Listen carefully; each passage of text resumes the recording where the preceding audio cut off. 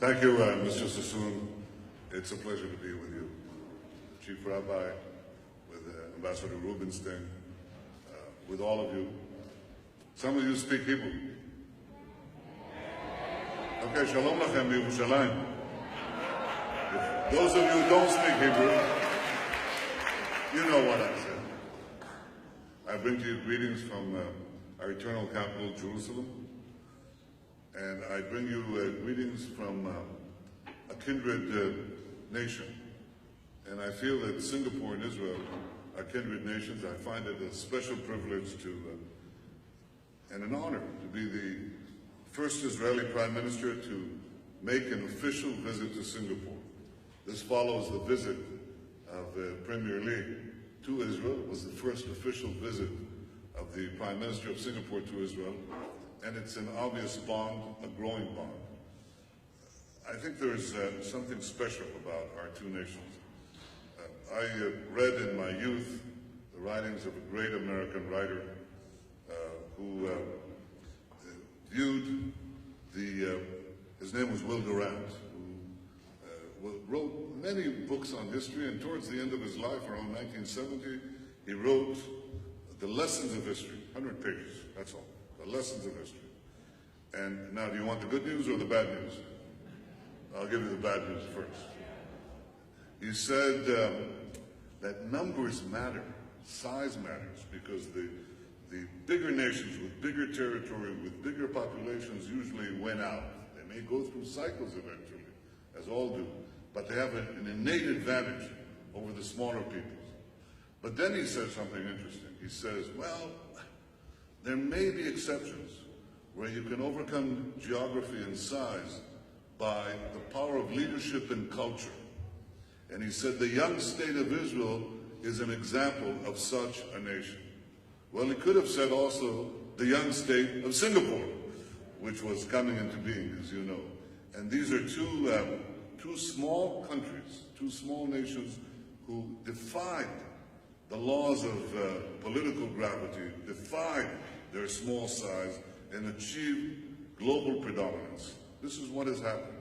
It happened because of leadership, vision, the talent and passions of the people, and we produce in Israel a miracle. And frankly, when I landed here today and saw what Singapore looks like, even though I heard stories about it, it also defies imagination, because, you know, 70 years ago, if you looked at Israel and you looked at Singapore, there wasn't much to see, but there's a lot to see.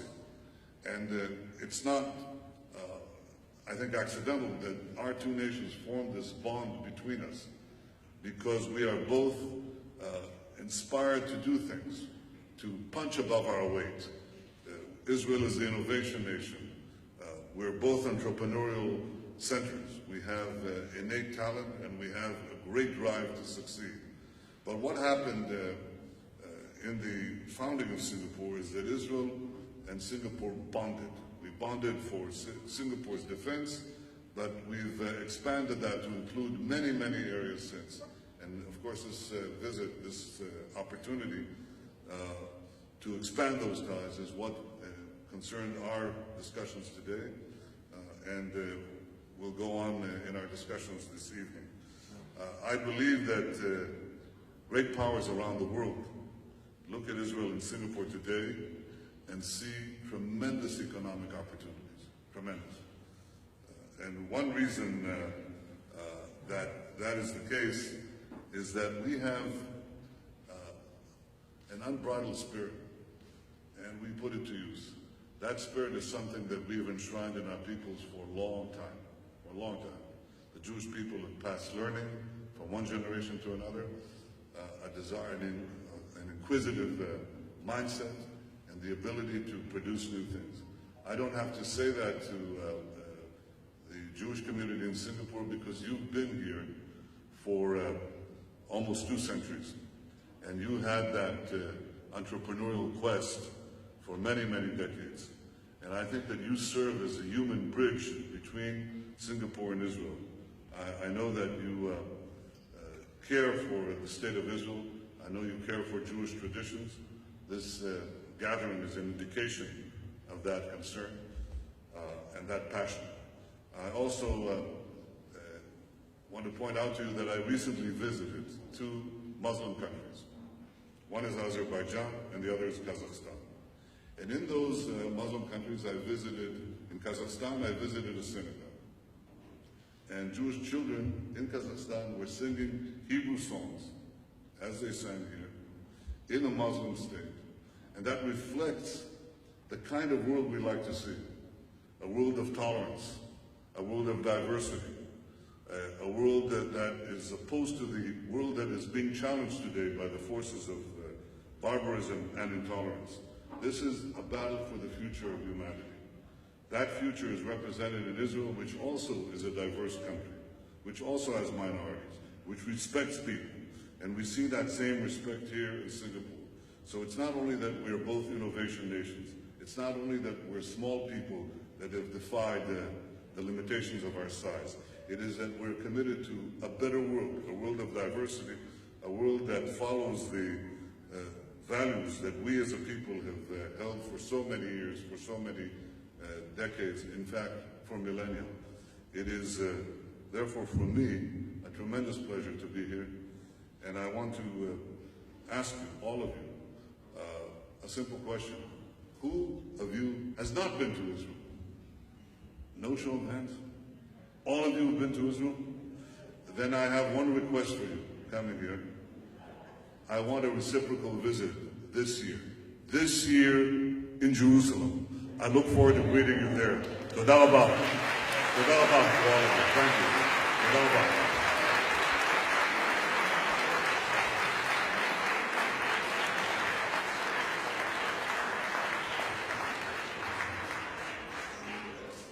Thank you, Prime Minister Netanyahu, for those wonderful and inspirational words. And indeed, this year in Jerusalem shall be. I would now like to invite the Chief Rabbi of Singapore, Rabbi Mordechai Abishil, to come up and open the Aron Kodesh. Would you please rise?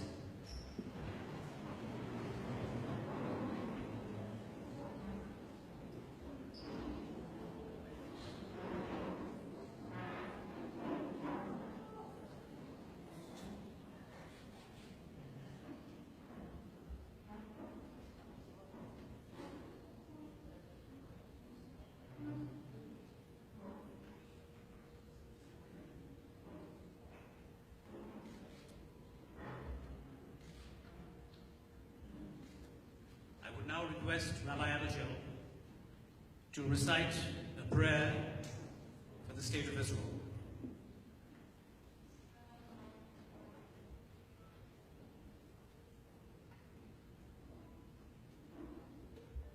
Avinu shebashamayim,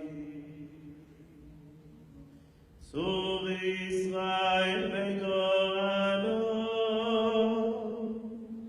Barech et medinat Eretz Yisrael, Hagen alea be'erat kaspecha, Ufros alea Sukat shlomecha, Ushlach orecha v'amitecha, Lerosh me'meshareta Tzavea v'yotzea, V'takenem me'etzat Torah milefanecha, Hazek et kedem Megideh eretz kodsheinu, Yatchilem Elohim Yeshua, V'ateret nitzachon et te'atem, V'natat shalom ba'arech, V'simchat olam leyoshvei. Adonai, Eloi Yisrael melech, U'malchuto b'kol mashala, U'malchuto b'kol mashala,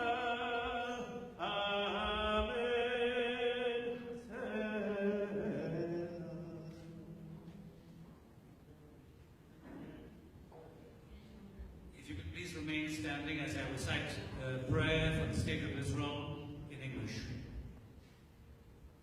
He who blessed our fathers, Abraham, Isaac, and Jacob, Moses, Aaron, David, and Solomon, may he bless the state of Israel, its leaders, its counselors, and all its inhabitants. May the Supreme King of Kings direct them with his good counsel, and may he pour forth upon the dwellers of the Holy Land the spirit of knowledge and of the fear of the Lord. May mercy and truth meet together there for the good of all mankind, so that the earth shall be full of the knowledge of the Lord.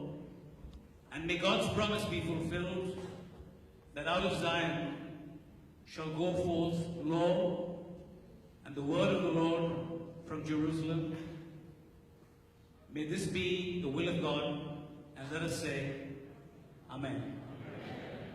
If you could please remain standing now as we sing the Hatikva, the national anthem of the State of Israel.